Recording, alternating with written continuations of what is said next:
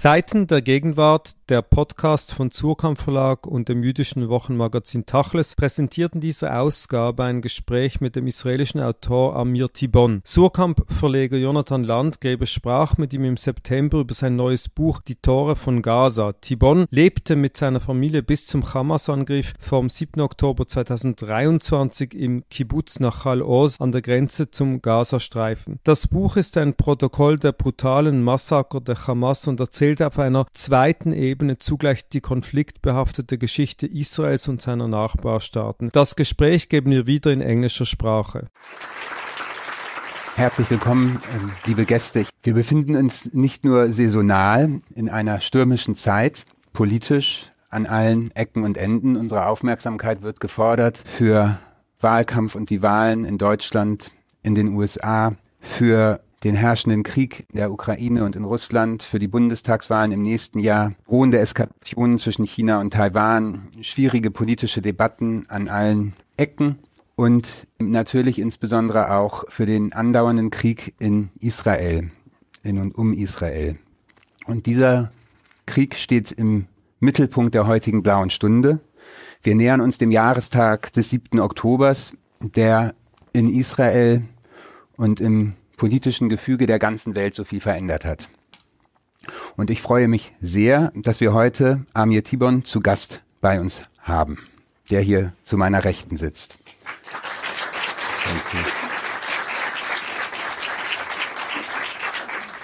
Ich werde jetzt im weiteren Verlauf ins Englische herüber wechseln und hoffe, dass damit alle einverstanden sein können. Wir werden auch einige Teile aus dem Buch lesen, das wiederum findet auf Deutsch statt. Amir was born in 1989 and lives as a journalist and as an author. He works as a correspondent for the Israeli newspaper Haaretz, for which he has also been in Washington for a couple of years.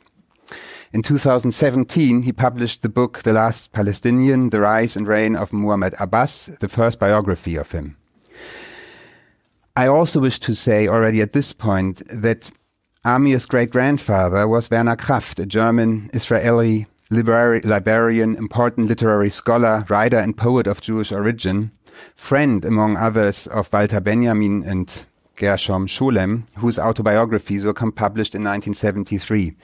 And I will come back to this a bit later.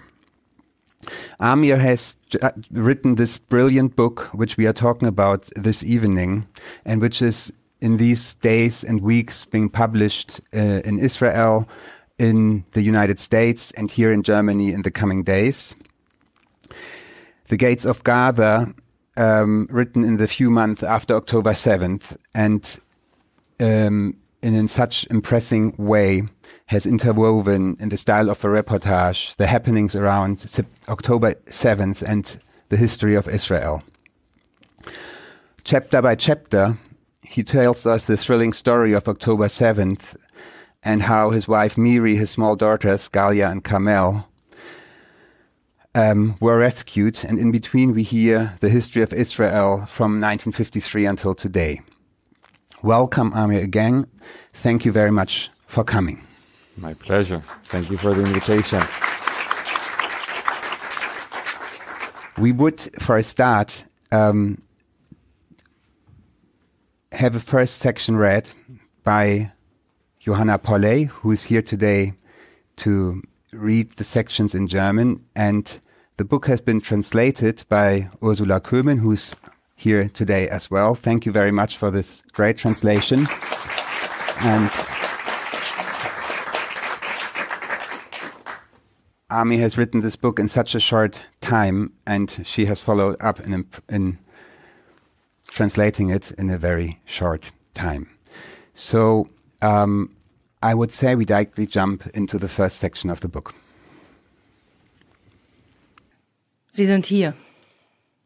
7. Oktober 2023, 6:29 Uhr. Zuerst war da nur ein Pfeifen, ein kurzes, lautes Kreischen, das durch unser Schlafzimmerfenster drang und uns anzeigte, dass über unserem Haus eine Mörsergranate aus dem Himmel fiel. Ich wachte nicht sofort auf. Das Geräusch war unheimlich, aber vertraut, und es mischte sich irgendwie in meine Träume. Miri, meine Frau, erkannte die Gefahr schneller. »Amir, wach auf, eine Granate«, sagte sie und stieß mich mit dem Ellbogen an. Schlagartig war ich hellwach. Adrenalin durchflutete mich. Wir sprangen beide aus dem Bett, nur in Unterwäsche, und rannten den Flur hinunter zur geöffneten Tür unseres Schutzraums. 1 Sekunde, 2 Sekunden, 3 Sekunden.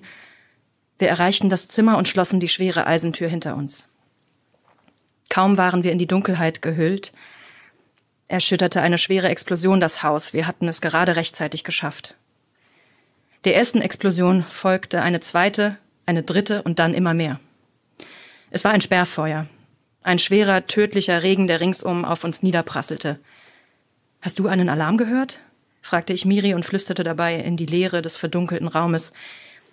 »Ich habe nur gehört, dass es gleich einschlagen würde. Davon bin ich aufgewacht«, antwortete sie.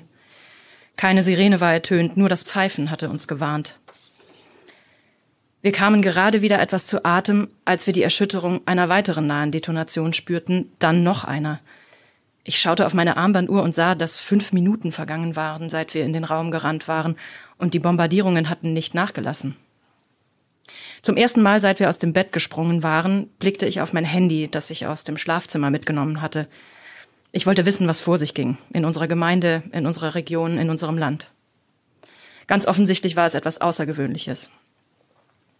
Wir waren überrascht und desorientiert, aber nicht ängstlich, ganz sicher nicht in Panik. Noch nicht. Als Bewohner von Nach, einer kleinen Gemeinde mit etwas mehr als 400 Einwohnern an der israelischen Grenze zum Gazastreifen, hatten wir Situationen wie diese schon erlebt. Nach, das in den frühen 50er Jahren gegründet wurde, liegt weniger als 1 Kilometer vom Grenzzaun entfernt.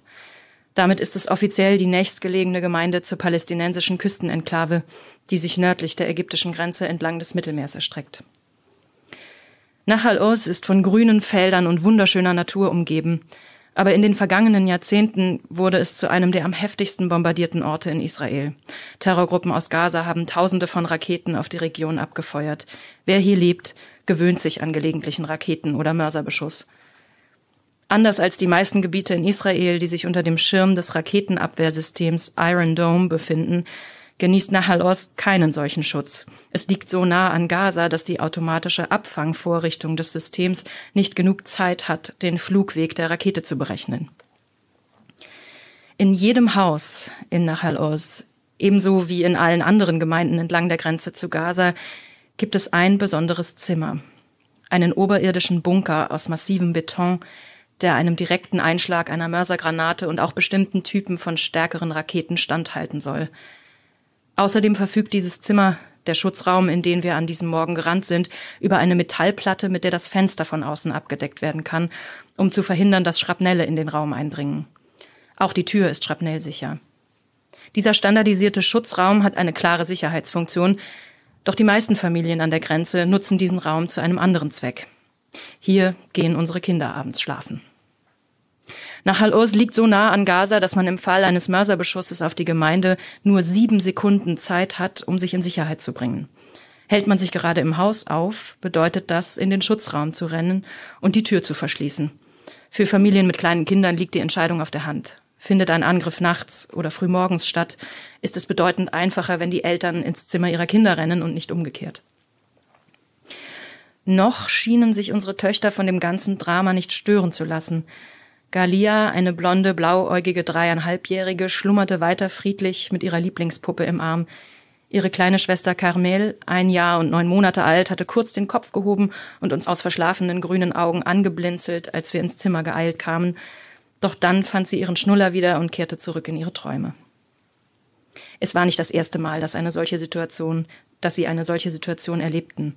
Eltern, die in ihr Zimmer gerannt kamen, während im Hintergrund Explosionen einsetzten. Wir machten nie ein großes Aufheben darum, also taten sie es auch nicht. Es war Teil unseres und ihres Lebens, eine hektische, aber vertraute Routine in Israels Grenzgebieten. Wir fühlten uns sicher in dem verschlossenen Raum mit der schweren Tür und der stabilen Metallplatte vor dem einzigen Fenster, während die Mörsergranaten um uns herum einschlugen. Die Platte war ein schlichtes Viereck aus Eisen, das exakt in die Betonöffnung passte und mit Scharnieren an der Wand befestigt war.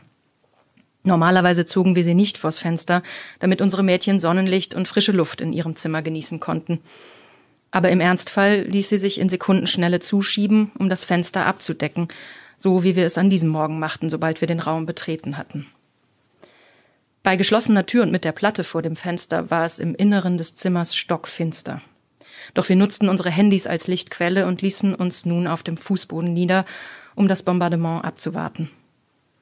Kaum hatten wir uns hingesetzt, lasen wir in unseren Telefonen, dass die Hamas, die palästinensische Terrorgruppe, die den Gazastreifen kontrolliert, nicht nur unsere Gemeinde angegriffen hatte, sondern auch Dutzende weitere Orte in Israel mit Mörsergranaten und Raketen beschoss.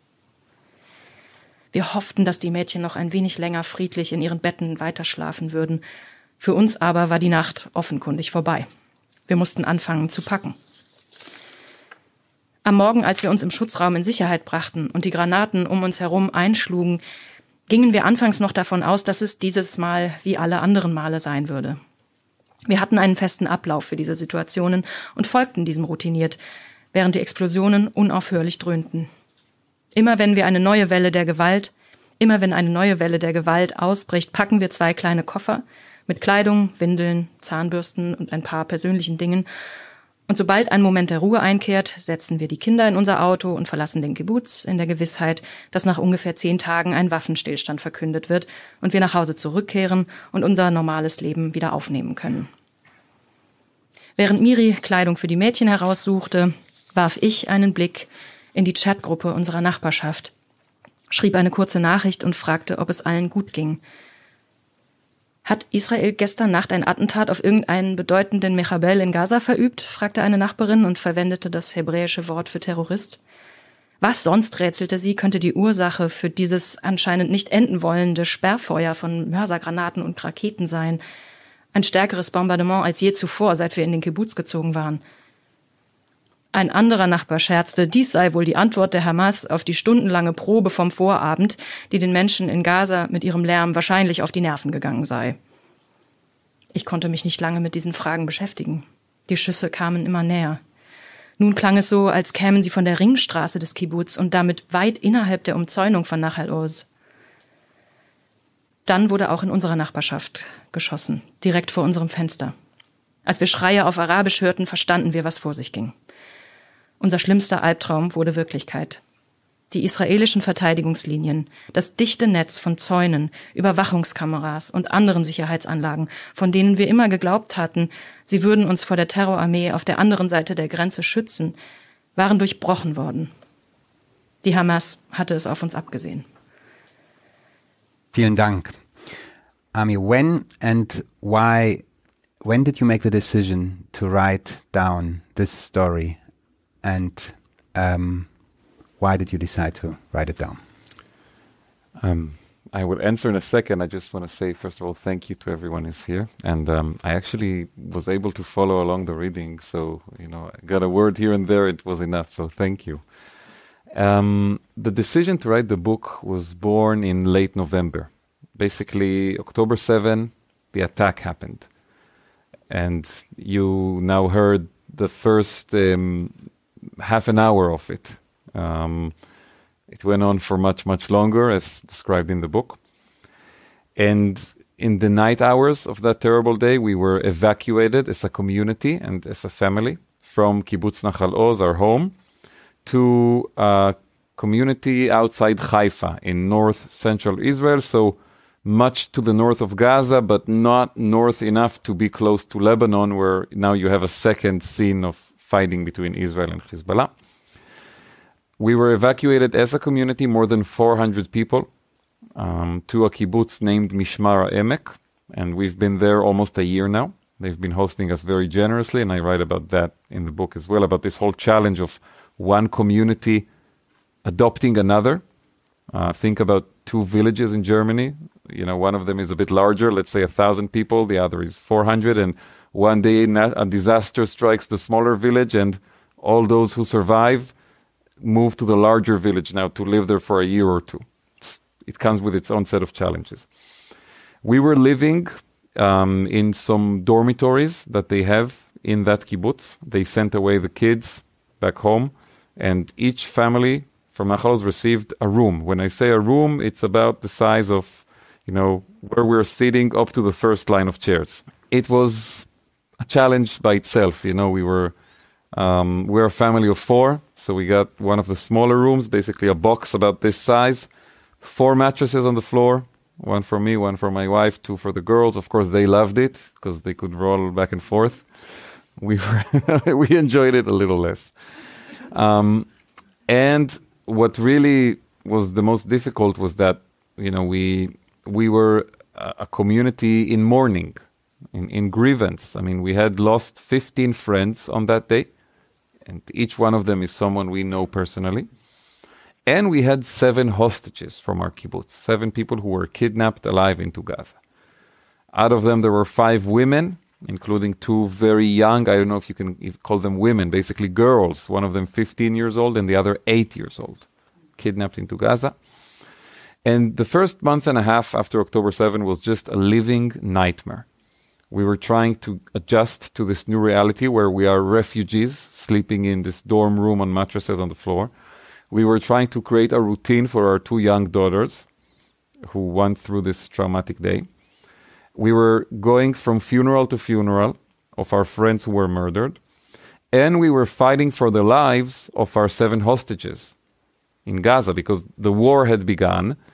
And we understood the rationale behind the war because Hamas had attacked Israel in an unprecedented way. And at the same time, we thought that if there is an opportunity to bring back at least some of the hostages alive via diplomacy, it has to be used. At the end of November, there was a week-long temporary ceasefire during which 100 hostages of the 250 abducted by Hamas were released, mostly women and children. And our community, in that first deal, received our 5 women and girls. We still have, on this day, as we speak, 2 hostages from our community who are still in the tunnels of Gaza. Tzachi and Omri, both of them are fathers of young children, personal friends of mine. But we did get back the women and the girls alive, which was very important. And then I felt like I could breathe for a moment. Our life had gotten into somewhat of a routine. We had moved from a very small room to just a small room, like an extra little space. The girls were starting to go into kindergarten in this new kibbutz. Miri, my wife, she works with children with special needs. She found a job because, like a lot of people, the evacuation for her meant the end of her workplace because she worked in southern Israel and now we were in the center north. She found a place, and then I told myself, okay, I feel the ground a little more stable under my feet. Now is the time to sit down and write everything that happened. And that's when the decision was made that I have to do it. Okay. Perhaps the start of the book very impressively sketches the life under this constant threat apart from this day on 7th of October. So, of course, immediately the question occurs, why initially did you make the decision to move there with children? This is a big question. And in order to answer it, we need to discuss the ideological foundations of Zionism. When Israel was founded as a country in 1948, at the time, we had a leader with a national security strategy, David Ben-Gurion, the first prime minister of Israel, who believed that it was essential for the young state of Israel to build new civilian communities along the young country's borders. The border with Lebanon in the north, the border with Gaza in the south, out of a perception that it was not enough to have military forces along the borders in order to protect Israel. Military forces can very easily be readjusted and sent or moved back. I mean, look at the Americans in Vietnam and Afghanistan. For 20 years, they were stationed there, and then one day the president says, okay, enough. And a week later, there's no more military left there. Ben-Gurion realized that in order to actually strengthen Israel's hold on its new borders, and again, I want to already, although we can talk about this later, but already make the distinction between the border communities and the settlements beyond Israel's borders. This is an important distinction. Ben-Gurion was talking about communities that are within the recognized borders of the State of Israel, the borders that were created after the war of 1948 and as part of the ceasefire negotiations with Egypt and Jordan and the other neighbors. And he said we need civilian communities in these places because to uproot a military base takes 2 days. But if you have a community there with a school and a kindergarten and a clinic and a social club and a little department store, and a factory and farmers working the fields and, planning according to the schedule of the seasons. When are you putting potatoes and when are you putting sunflower seeds and when are you putting tomatoes? It becomes much more difficult. And the second reason behind this ideological and strategic decision of Ben-Gurion was that he believed civilian life on the border would send a message to Israel's neighbors, who at the time were all enemies, right? Today we live in a world in which Israel has enemies like Hamas and Hezbollah, but also friendly neighbors like Jordan and Egypt that we have peace agreements with. But if you look at the reality of 1948, all of Israel's neighbors were enemies at the time. We did not have a single peace agreement with any country surrounding us. And Ben-Gurion said we need to send these neighbors/enemies a message that we are here to stay. That this new Jewish state that has been established out of the ashes of the Holocaust is not some temporary thing. And it's not going to disappear in 2 or 3 years. And therefore they need to see us living here, building here, growing here. So that's why communities like Nahal Oz were built in the first place. This is a kibbutz that was founded in 1953 by a group of 60 young men and women, 19 and 20-year-olds, who came there to establish it 800 meters from the border with Gaza. I belong ideologically to a school of thought, within the Zionist movement that believes in the importance of borders for the state of Israel. In fact, the argument I have ideologically with the Israeli settlers in the West Bank, for example, is that their project is all about basically erasing the borders of Israel and creating a situation in which there is no border between Israel and the Palestinians, right? The settlements were created intentionally in between Palestinian communities, villages and cities and towns, in order to obscure the old borders that existed after the war of 1948. In the past, we also had settlements inside Gaza that served the same purpose.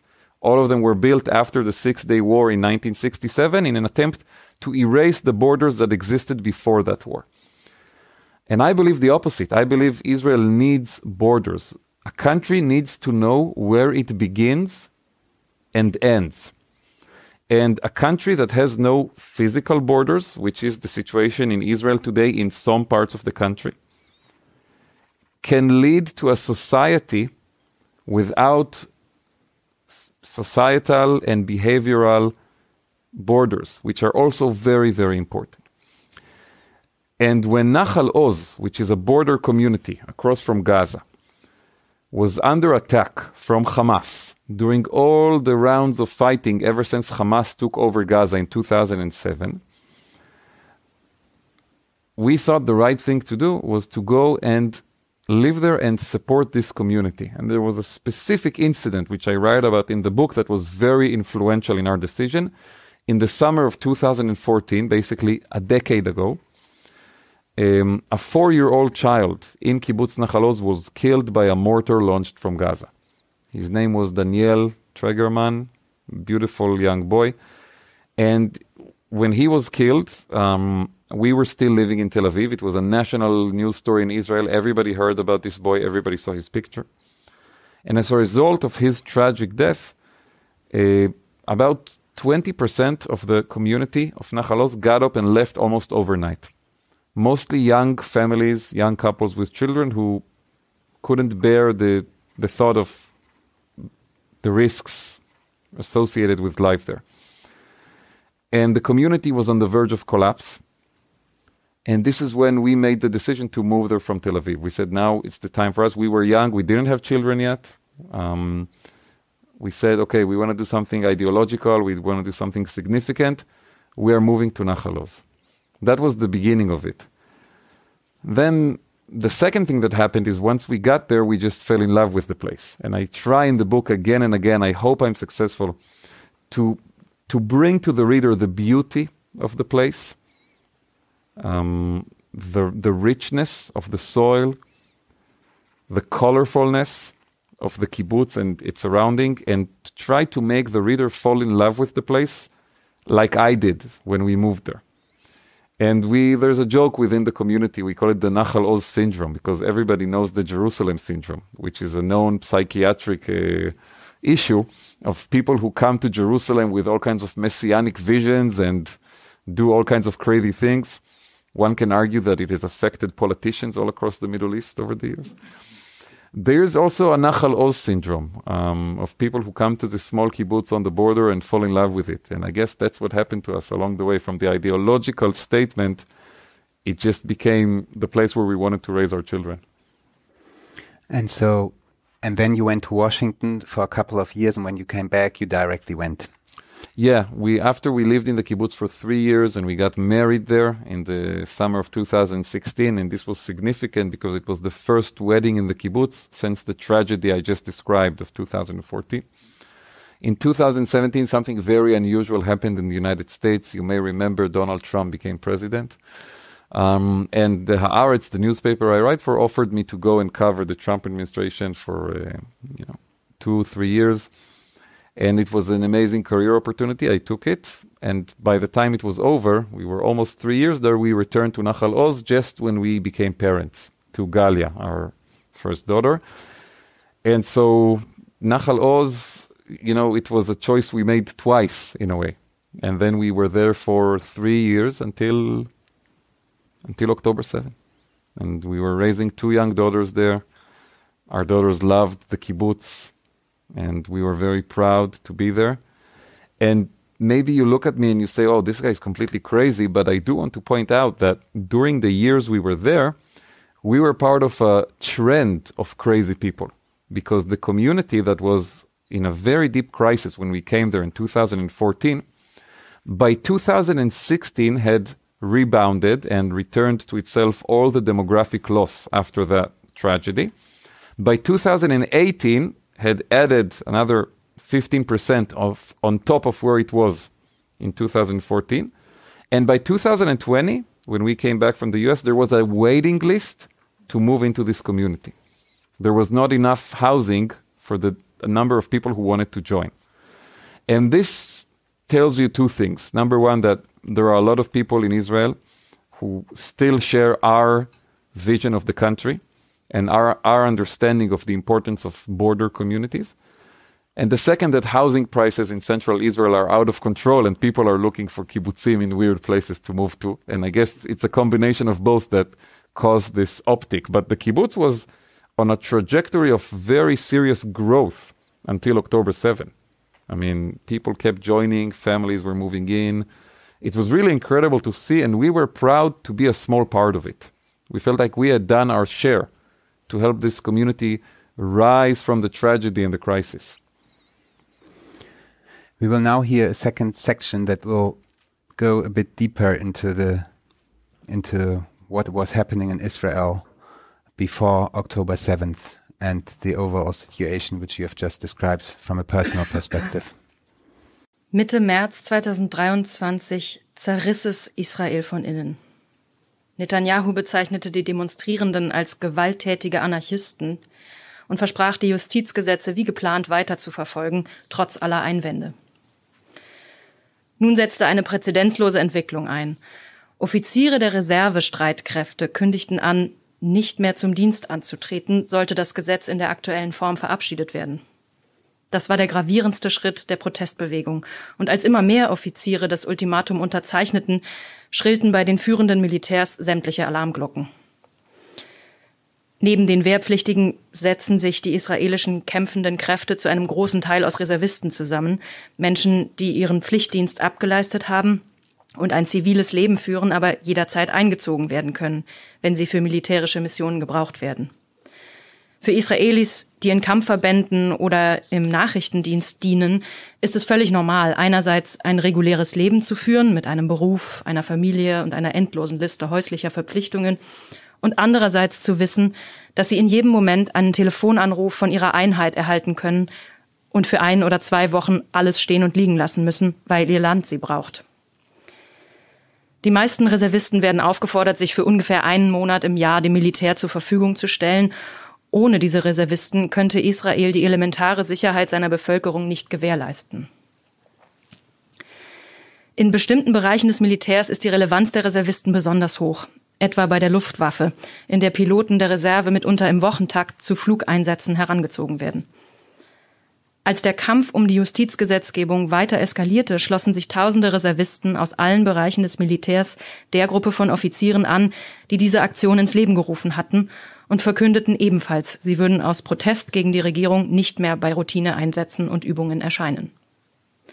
Avishai, der fast jedes Jahr Reservedienst leistete, konnte nachvollziehen, warum sich einige seiner Kameraden zu diesem drastischen Schritt entschieden, aber er war nicht bereit, es ihnen gleich zu tun. Für ihn war das ein Schritt zu weit. Und er wollte auch nicht, dass Freunde aus seiner Einheit, die seine politische Haltung nicht teilten, sich plötzlich angegriffen fühlten, wenn er nicht zum Dienst erschien. Doch zu den Demonstrationen ging er weiterhin, Woche für Woche, und seine Sorge über die Entwicklung, die das Land nahm, wurde immer größer. Am 25. März berief Yoav Gallant, Israels Verteidigungsminister und Mitglied des Likud, eine dringliche Pressekonferenz ein. Vor laufenden Kameras forderte er Netanyahu und Levin auf, die geplante Justizgesetzgebung auszusetzen. Israels Feinde, erklärte er, beobachteten die innenpolitische Krise im Land sehr genau und einige von ihnen würden die Situation unweigerlich als Gelegenheit betrachten, Israel zu einem Zeitpunkt anzugreifen, an dem die Bevölkerung damit beschäftigt sei, sich gegenseitig zu bekämpfen. Das müsse aufhören, sagte er, bevor es zu spät sei. Netanyahu reagierte nicht sofort auf Gallants Appell.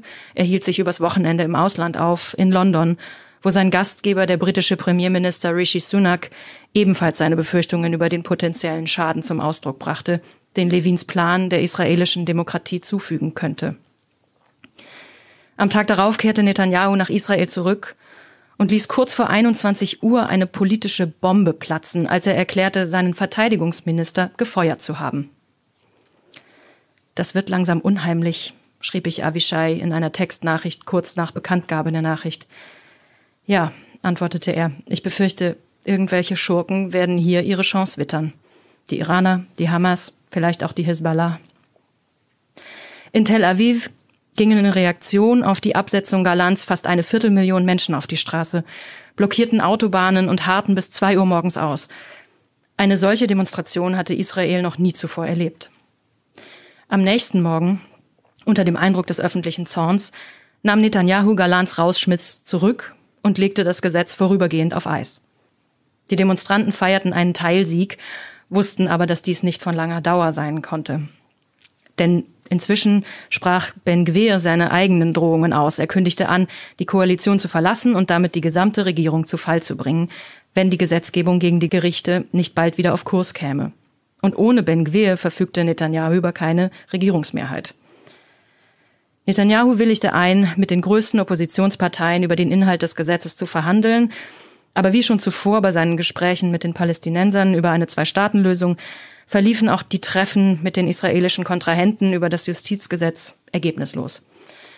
Er griff zu den gleichen Ausweichmanövern, mit denen er jede US-Regierung frustriert hatte, die seit den 90er Jahren mit ihm zusammengearbeitet hatte, indem er Zeit mit verfahrenstechnischen Fragen vergeudete und sich weigerte, substanzielle Angebote zu machen. Am 23. Juli schließlich, während Hunderttausende vor der Knesset protestierten, gelangte der erste Teil der Justizreform zur Abstimmung. Ein Gesetz, das die Befugnisse des Gerichts einschränkte, bestimmte Regierungsentscheidungen zu überprüfen.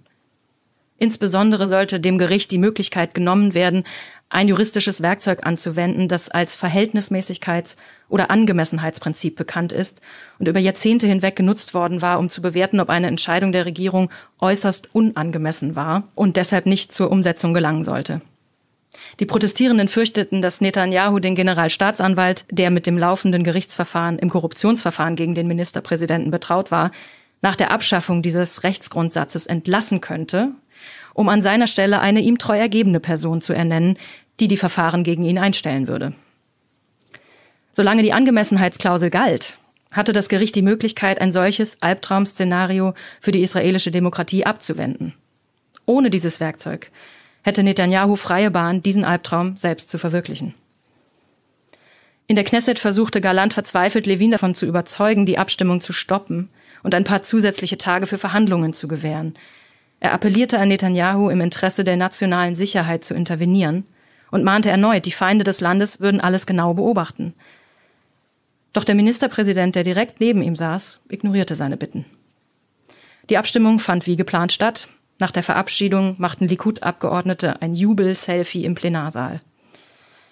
An diesem Abend traf ich Avishai, als wir beide mit unseren Hunden spazieren gingen. Er war am Boden zerstört. Wir haben unsere Kinder auf ein Schiff gebracht und jetzt, weit draußen auf dem Ozean, ist der Kapitän betrunken, sagte er zu mir in dem Versuch, seine Gefühle zu beschreiben. Ich möchte meine Kinder wieder von dem Schiff herunterholen und ich habe Angst, dass es bereits zu spät ist.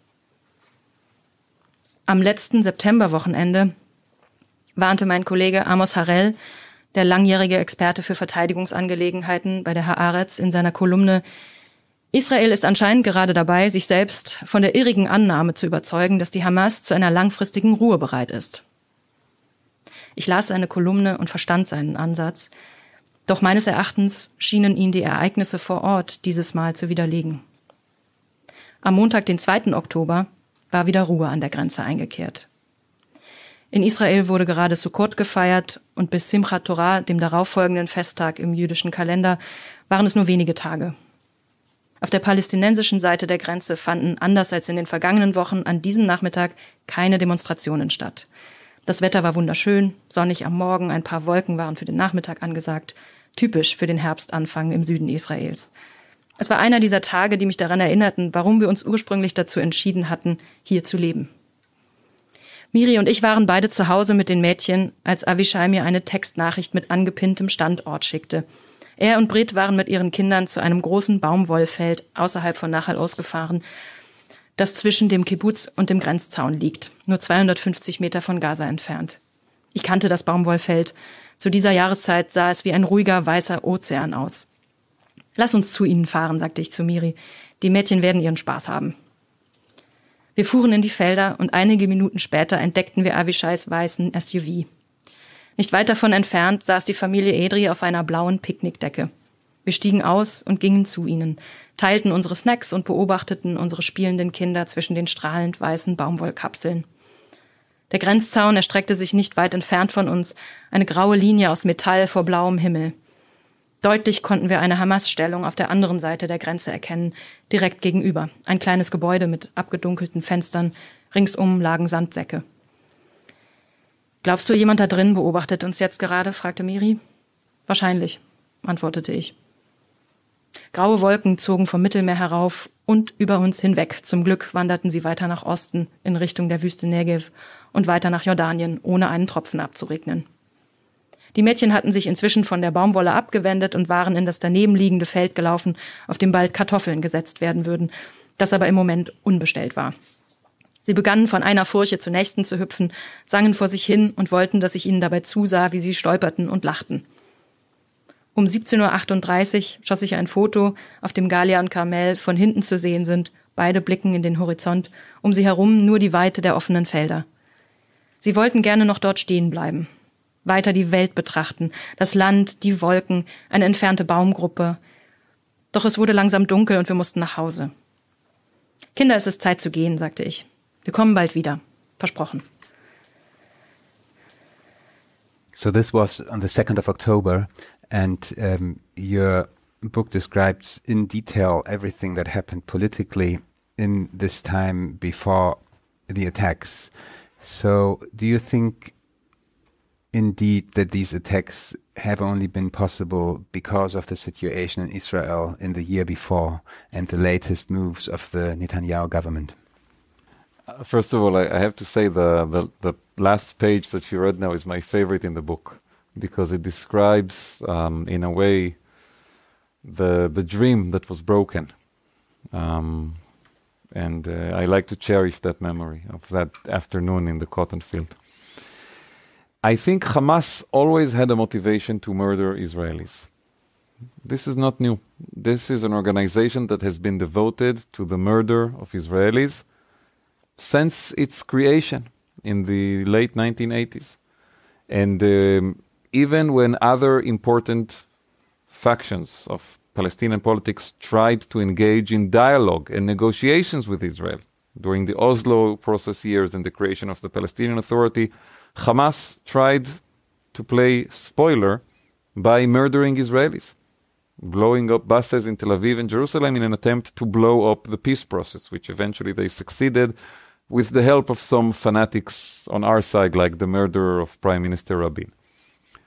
So their motivation always existed to murder us. And they fired rockets and mortars, and they shot missiles at cars, and they did all kinds of things.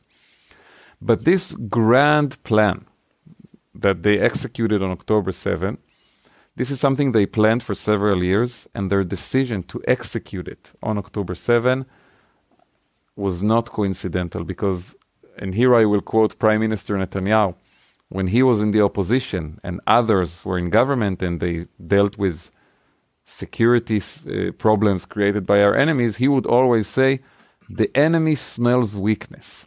And in the Middle East, if you are weak, you will be attacked. He literally said this in 2021 when he was very briefly out of power for just a year and a half, and we had this interesting very ideologically diverse government that ranged from the right to the left and everything in between, Naftali Bennett and Yair Lapid and Netanyahu. And they had to deal with terrorism, just like every Israeli government since the creation of the state. The number of casualties under their watch was significantly lower than under his watch, and Israelis were much more secure under their government than under his government. But whenever, God forbid, there was a terror attack, he would come out and say, you see, this is a weak government, the enemy smells weakness, and that's why it's attacking us. In the Middle East, if you are weak, you will be attacked. So what shall we say about the most successful terror attack against Israelis in the history of our country? How shall we understand an attack which led to the largest number of Jewish casualties in a single day since the Holocaust, if not as a sign of weakness?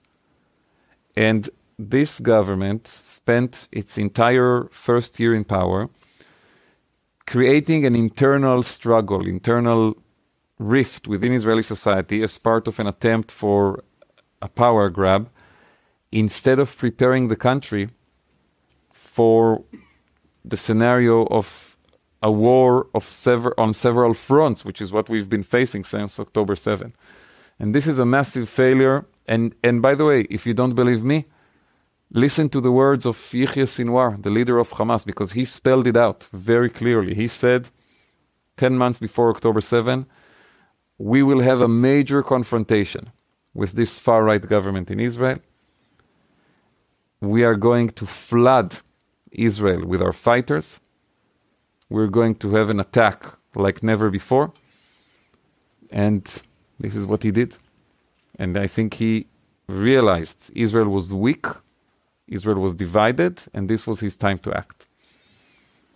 It is obvious you have not been before, and you are not a supporter of the Netanyahu government.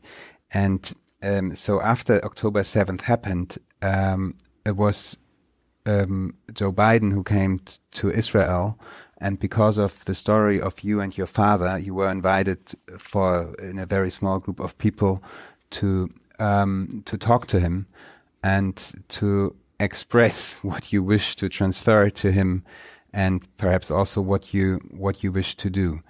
And you have just been mentioning the scene you were describing in the kibbutz or outside the kibbutz, and how much dream and hope was in everything you lived before. And now the destruction of October 7th happened, and you meet the President of the United States, who would be in the position, at least as much as one can be, to support all this. So what did you discuss with Joe Biden?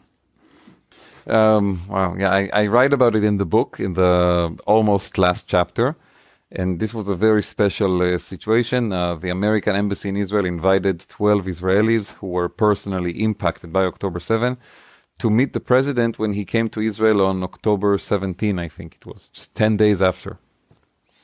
And they invited my father and myself to join, and this was a very impressive group of people. And I mentioned their names in the book.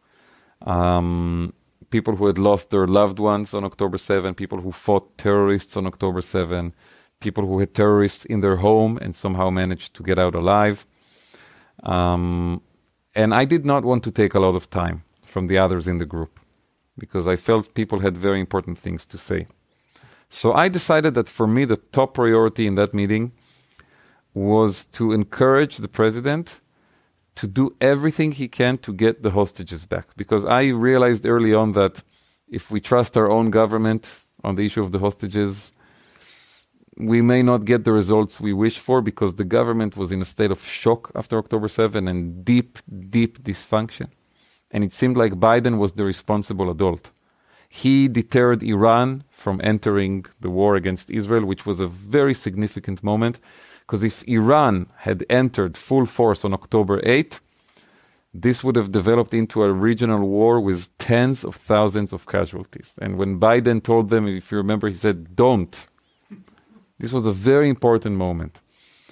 And then he came to Israel, and I said, he's the one person who can push Qatar, which is the host country of Hamas, and also has a very important relationship with the US. He's the one who can push Qatar to put pressure on Hamas for a deal. And at the same time, he can pressure Israel for a deal because we were completely reliant on the United States for our security in those early days. And I felt he's the one man that needs to be, I don't know if convinced, because he already was talking in favor of some kind of a temporary ceasefire to bring back hostages, but encouraged to do it. So I just prepared one line, which, based on my experience as a political reporter in the US, I thought would work on him. I said, Mr. President, your friend John McCain, and I know they were personal friends, even though McCain was a Republican and Biden was a Democrat, there used to be a time when people had friends from the other party. I think it should be the same today, but it's more difficult right now, I guess. I said, Mr. President, your friend John McCain survived 5 years in the Vietnamese prison. Right, because McCain famously fell from his plane over Vietnam as a Navy pilot for the US and was taken hostage and was held by the Vietnamese for 5 years. So that's why I said, Mr. President, your friend John McCain survived 5 years in the Vietnamese prison. But the 15-year-old and 8-year-old girls from my kibbutz, they will not survive even 5 weeks. They are children. We have to get them out of there now. This needs to be the top priority. That's all I said. And President Biden looked me in the eye, and he said only one sentence in reply. He said, son, I'm working on it. I'm really, really working on it. And that's it. And 2 days later, we had the first release of 2 hostages, women who were abducted from our kibbutz, 2 American citizens, and I write about them in the book, in the 12th chapter. They have an unbelievable story, 2 American tourists who came to visit family in kibbutz Nach Oz and were kidnapped into Gaza. So they were released 2 days after the meeting with Biden, and then a month later we had the big deal where we got our other female hostages, but sadly, with all the effort that President Biden has done and continues to do, today we are stuck. We still have 100 hostages in Gaza, half of them considered alive, including my 2 friends, Omri and Tzachi, and we are nowhere near a deal to bring them back as well. So, how do you judge what happened after this, so the last year? How do you judge the war that Netanyahu is continuing to do, and what was you thinking about it at the beginning and now? I was supportive of the war effort in the beginning because I thought Israel really had no choice. The Hamas attack was so dangerous, so violent, so consequential. No country in the world would have put down its arms after something like this. And Israel is located in a very tough neighborhood. And if you are attacked like this by Hamas, which is the smallest of our enemies, we also have Hezbollah, we have the Syrian army, we have the Iranians. If after an attack like this, you just say, okay,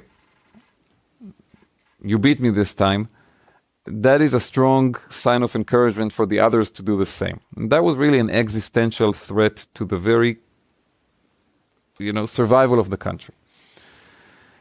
I do think that around the time of March, April, there were opportunities to stop the war after we have achieved many of our military purposes and bring back the remaining hostages alive, which were not utilized, and I regret that. And I've been saying openly that this was a mistake. I've been very straightforward about my views of the war. I explained time and again, including a lot of times in international media, why I supported the war effort in the early months of it. And I've been very vocal since, I would say, May, June, on why I think now is the time to stop the war and make a deal, a painful deal, because Israel will be asked to do painful things as part of this deal that we don't like and that could harm our security in the future. But it's the only way to bring back the remaining hostages still alive in Gaza and put the country on some kind of a road to reconstruction and repair. Right now, what's happening, I feel, is that we're doubling down and going deeper and deeper into this mud. And I think what we're losing our hostages. They're dying there. We had 12 people who were alive until several weeks ago and were murdered by Hamas recently because their guards, their captors, felt like the IDF was getting closer to them and decided to kill them. We're losing many, many soldiers there. We're losing the support of the world. We see it very clearly. Countries that were very supportive of Israel in the beginning of the war, after 40,000 casualties in Gaza, according to the numbers of the authorities in Gaza. And let's say, even if you doubt those numbers, after many, many, many thousands of people who have died and great destruction, the world is no longer supporting us the way it did in the beginning. And we also have other security challenges that we need to prepare for. We have Hezbollah in the north, we have Iran, we have the Houthis. And I feel like we are getting drowned into this mud in Gaza. And in a way, this is what Sinwar wants, Sinwar, the leader of Hamas. This is what he has wanted all along, to lure Israel into this attrition war in Gaza. And now you told me over lunch that now you actually believe that the Netanyahu government regards you and your family as one of their biggest counterparts in discussing their They don't politics. like us, let's put it this way. They don't like us because we have been very vocal, not just me, but also my parents, in saying what we believe. First of all, we believe that every senior official who was in office on the morning of October 7 needs to resign. This includes the prime minister, this includes the chief of the military, this includes the chiefs of the intelligence agencies, this includes the head of the southern command of the military, all of the, and it includes all the senior ministers of the government. And I'm not differentiating between political rank and professional rank. They all have to go. They failed the people of Israel completely. They led us to scenes that we believed will never happen again, happening on our soil. Okay, when we say never again, and we talk about what the Jewish people suffered throughout history, how can we live in a reality where entire families are being burned in their homes in the state of Israel? Women are raped, nobody comes to help. Children are kidnapped into Gaza. This is inexcusable. The second thing we've been saying is that the war itself has not been managed well, because we're almost a year into this. We still have 100 hostages in Gaza. Entire territories of the state of Israel are abandoned along the Gaza border and along the Lebanese border. 100,000 Israelis are refugees in their own country. And we have no plan how to emerge from this war stronger and in a better standing on security and internationally. And that is all a big problem, because I still believe at the end of the day, we have to fight Hamas and Hezbollah and Iran. We have no choice. They want to kill us. But we have to fight them strategically, and we have to be smart about how we do it, because we need the support of the world. We need to be united as a country to succeed in this battle. We need to have a strong economy to support this ongoing challenge. Under this government, the economy is tanking. And we're saying this out loud. And apparently it's causing some... it's causing some,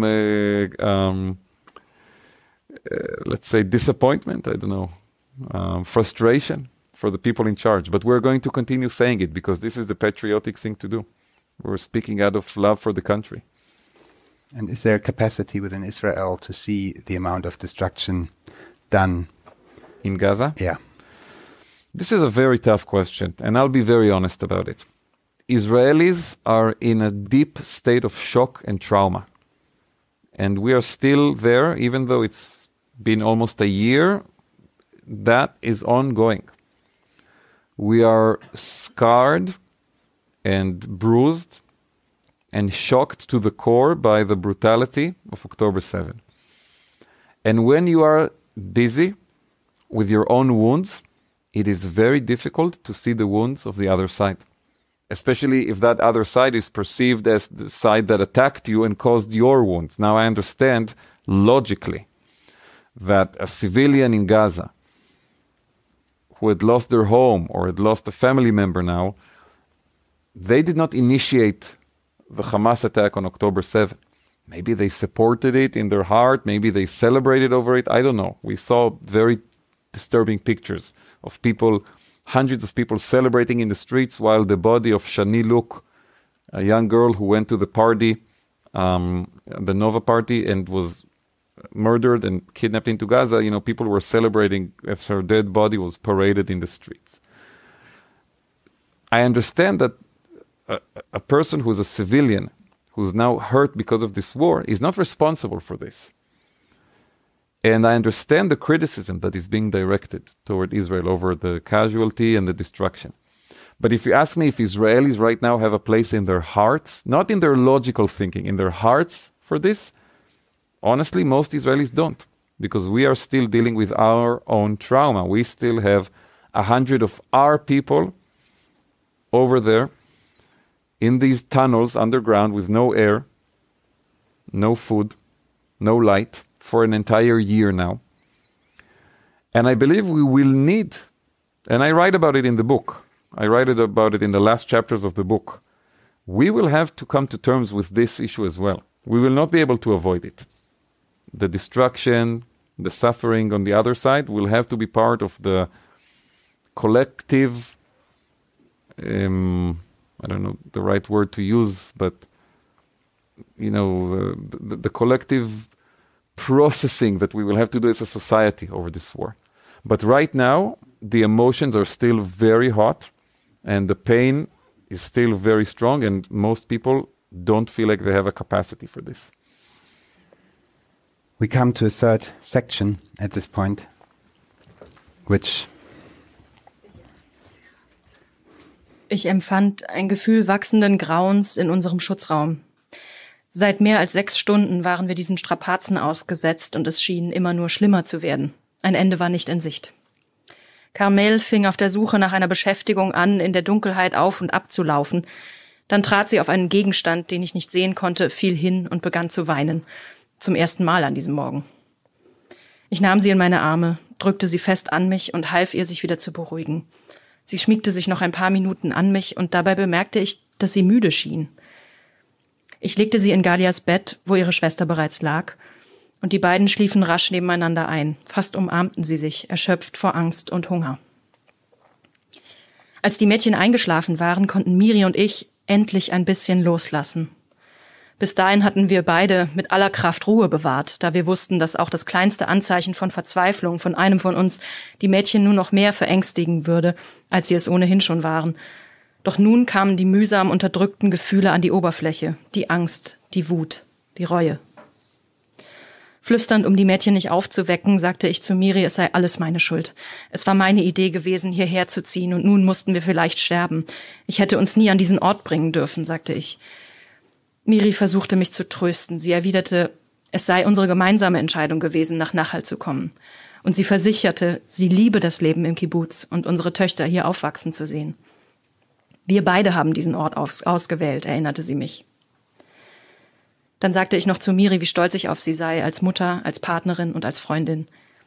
Ich liebe dich, ich liebe unsere Töchter und ich liebe unser gemeinsames Leben, antwortete sie.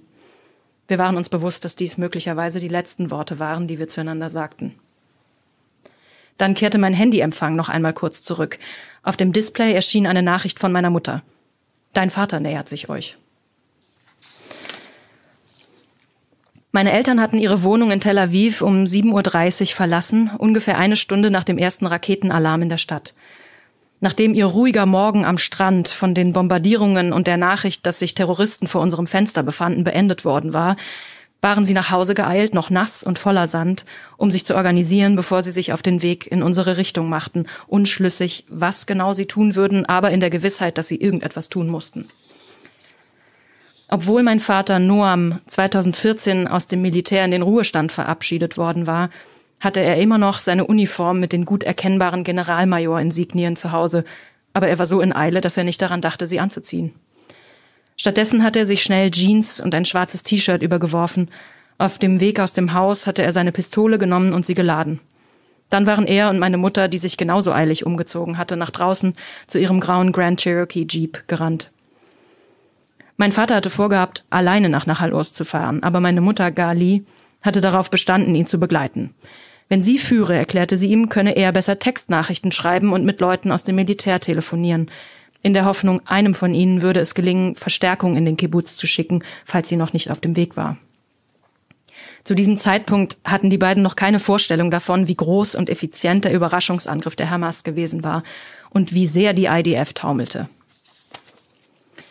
Als sie weiter nach Süden fuhren, trafen meine Eltern auf eine improvisierte Polizeikontrolle am östlichen Rand von Sderot. Die Polizisten ließen sie nicht durch. Jenseits dieses Kontrollpunkts sei militärisches Sperrgebiet, erklärten sie. Mein Vater stieg aus, um mit ihnen zu sprechen, zog sogar einen Militärausweis hervor, auf dem sein Rang vermerkt war, aber die Polizisten ließen sich nicht erweichen.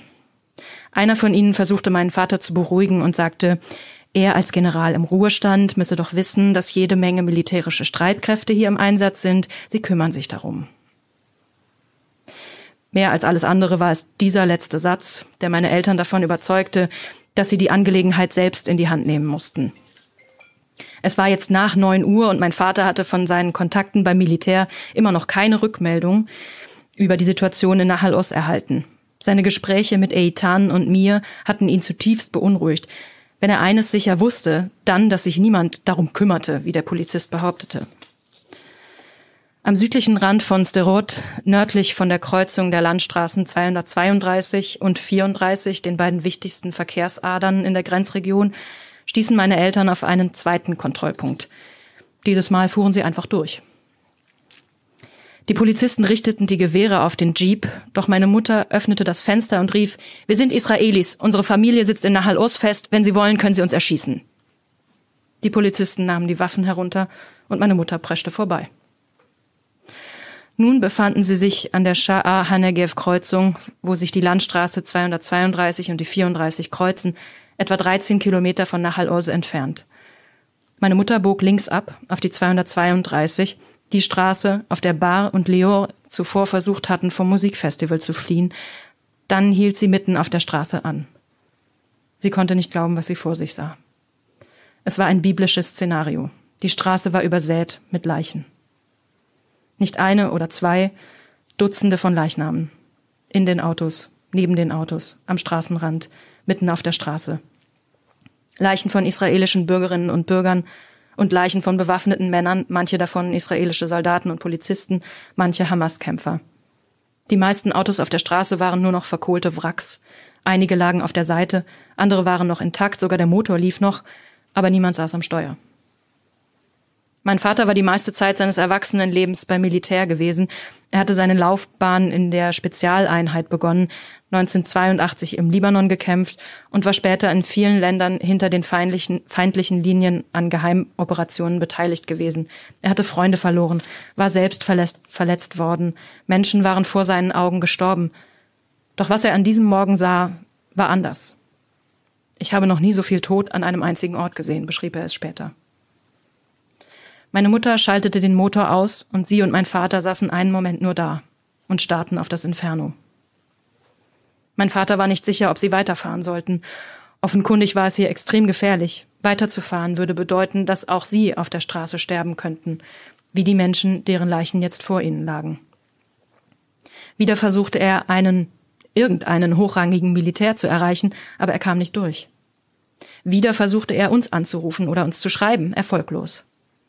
Eitan oder andere im Kibbuz anzurufen, hatte er verworfen. Sie würden in ihren Schutzräumen nichts ausrichten können. Was also tun?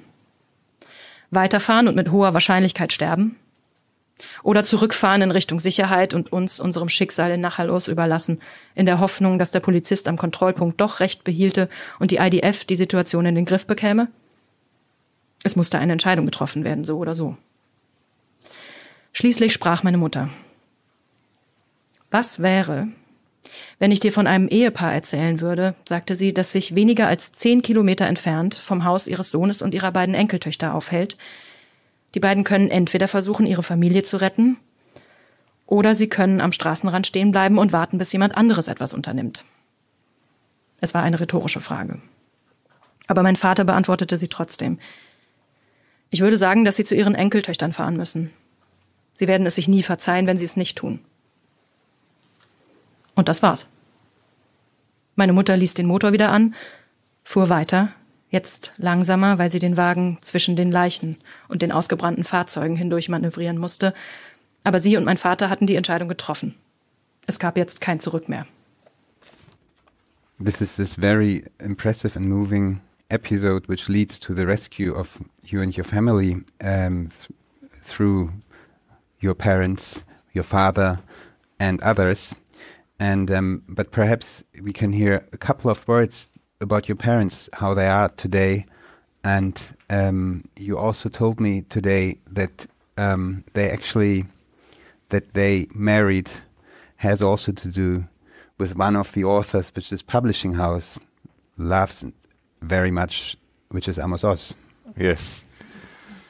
My parents, first of all, they're like all Israelis, they are very worried right now. They are people who have invested their life in the state of Israel. My father was for 30-something years in the military, fought in Lebanon and in Gaza and in the West Bank, but as he likes to say now, the most important battle he fought in his life was on Israeli soil. And my mother is a former high school teacher and high school principal and still works with schools in Israel. Now she's some kind of an advisor to schools all over the country. She's very invested in the education system. And they are people that belong to this generation of Israelis who decided to invest their life in the country. Today, Israel is very well known for high tech and private entrepreneurship, and this is all great because this is the foundation of our strong economy. But for the generation of my parents, the most important thing to do was to go and serve the state. And this is what they did. And for them to see what's happening now in the country is obviously worrying because they have children and 3 grandchildren. My 2 daughters and my brother's young boy. But also because this has been the project of their life.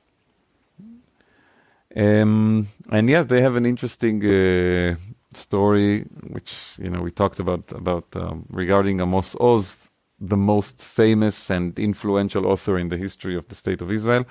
He was their teacher when they learned together in high school.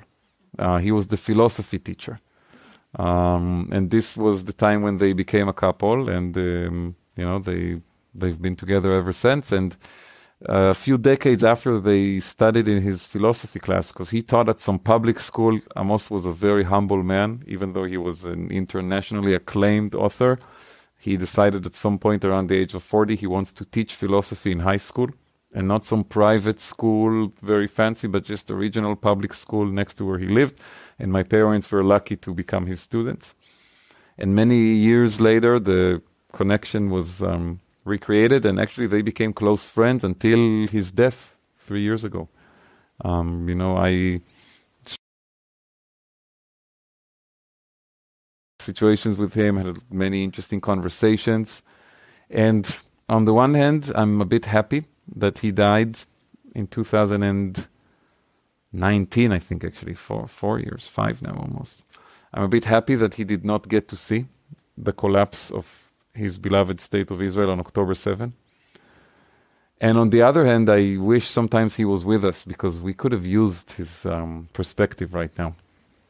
We miss his sharp analysis and his deep understanding of situations. It could have helped if we had him with us right now.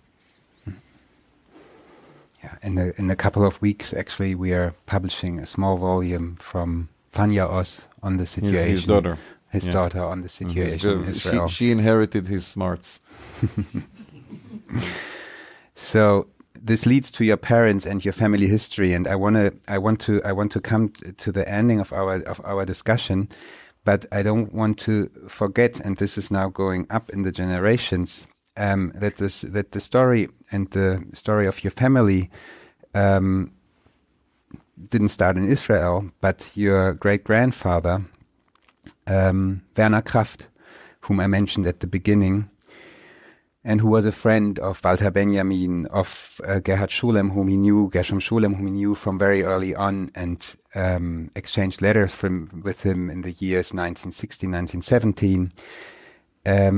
He actually was the one who established your family in Israel, in that he arrived in that country in in the 1930s, in the basically, 1930s after already. He was a very proud German, but after Hitler took power, very soon the family left Germany, and eventually they made their way to, it wasn't Israel at the time, it was the British Mandate of Palestine, but they settled in Jerusalem. And perhaps you can tell us a couple of words about him, because also I think at the core of what he did, and about him and his life in Israel among Germans, because also it was so much shaped by hope, and everything that happened to him and everything he lived and everything he thought about was not thinkable without the whole situation of the Jews in Europe, the Holocaust, and his personal life afterwards. So perhaps you tell us a couple of words.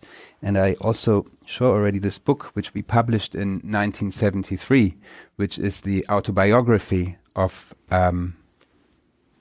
his great-grandfather. Please, some words. So, yeah, Werner Kraft was a man of literature, a man of words, a prolific writer. He wrote and wrote and wrote all his life, basically. Wrote articles and books and poems and a lot of correspondences with interesting friends. You mentioned some of them, Scholem, Walter Benjamin, and others. He was born in Germany. He grew up in Hanover, and he was very, very connected to his German identity. Until the end of his life, he only spoke German at home, even though he had left Germany in 1934 and never returned in the sense of living here. He returned to visit almost immediately after the war was over, which was not an easy thing to do at the time and not uncontroversial. For a Jewish man living in the state of Israel to return to Germany in the late 1940s. Some people did not approve of such behavior, but for him it was obvious, because Germany was his motherland, his real home in a sense. And I think he remained heartbroken for many, many years over the loss of the Germany that he imagined himself living his life in. He was on a professional trajectory here. He had finished his PhD. He was working as a librarian in Hanover, and he found himself living in a small apartment in Jerusalem, among a society where he never learned the language. This is quite incredible. He lived in Jerusalem for 60 years, most of his life, never learned Hebrew. Now, this was made possible by the fact that in Jerusalem at the time, there was this neighborhood of all the German professors, Rehavia it's called. Today it's a lot of Americans who buy the real estate. But, people like Martin Buber and Gershom Scholem and Yeshayahu Leibovich and a lot of these very influential intellectuals in the Jewish world, they were his friends and neighbors. They would come for tea. And, my father and his older brother would go to their grandparents who barely spoke Hebrew, could only communicate in English, and they would go spend the summer there, and they would meet all these, giants of intelligentsia, and of course they had no idea who they were until years later when they went to university and were asked to read their texts. And then they were like, oh, this guy would come to, our grandparents for tea in the afternoon, and we would be asked to play quietly outside. For me, to now have the German edition of the book published here in the same publishing house that brought Werner Kraft's words to the world is the highest honor, really. And it's also a very, very emotional experience in sense of, what it means for our family. And I'm still digesting it, but it's really incredible. My grandmother passed away 2 weeks after October 7. I really think she was already deteriorating before. She was 94, I believe. But I do think that for her generation, the generation that founded the State of Israel, October 7 was a terrible heartbreak. She fought for the creation of the state in the 1948 war. She built a kibbutz with her friends immediately after the war, not Nach Oz, a different kibbutz outside Jerusalem. And I know she would have been very, very happy and proud that this connection has happened.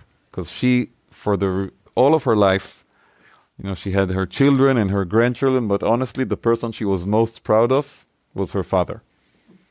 And, she could talk for hours about his texts, and she would read to me in German and then translate, because I don't understand German at a level I could get. He said, translate it into Hebrew and show me his letters. And I think this would have been, if she's watching from somewhere right now, she's probably happy about this amazing coincidence of history. So, Ami, I would love to continue our conversation, but we slowly have to come to the end of this. And there are many questions that remain open, and that perhaps there is an opportunity for discussing them after this. Among them, such existential and difficult questions, where you are at the moment and where you believe you will be in 2 or 3 or 4 years with your family. I wish I could answer. And the end of your book, there it says that the gates of Gaza will weigh heavily on the souls of everyone for many years. And you also told me that you would have hoped, and you said that the hostages would be freed by now, and they aren't freed. So it is hard in this situation to give hope, which is part of the title of your book. And it's only in the epilogue of your book that you say that you give a promise to your children that you will work relentlessly to give them a better future. So you have not given up hope. And if I look at this book, which Werner Kraft published in German, obviously, finishing in Jerusalem in April 1972. And of course, one has to consider where he came from the horrors of everything he had witnessed in the years before. It was the Holocaust, it was Hiroshima, it was the Middle Eastern world that was in a permanent state of war. The war of 1973 was at the doorstep. And the book, this autobiography of his, it ends, I read it in German and then translate for you to English. It ends with the sentences, was hat die Welt aus uns gemacht? Beides ist da, das Rettende und das Vernichtende, wie der herrliche Wasserfall in ein Gedi, der Oase am Toten Meer, und ringsherum die tödlich steinerne Wüste, die Wüste des Todes mit dem Wasser des Lebens zu durchtränken. Das ist das Ziel, dem alles sittliche Bemühen des Geistes gilt. Ich heiße uns hoffen. Jerusalem im April 1972. So he says, what comes next is the dark question, but perhaps also the clear answer. What has the world made of us? Both are there, the saving and the destroying, like the marvelous waterfall in Ein Gedi, the oasis on the Dead Sea, but all around the deadly stony desert. To soak the desert of death with the water of life is the goal to which all moral endeavor of the spirit is directed. I bid us hope. And his book ends with hope, and your epilogue ends with hope. And I thank you very much for a fantastic book with a very realistic and clear analysis of what Israel is and what has been happening, with this so impressive and moving story of yourself and your family, and with still leaving open a window of hope, I think, which everybody needs and without which we wouldn't be able to go on. Thank you very much.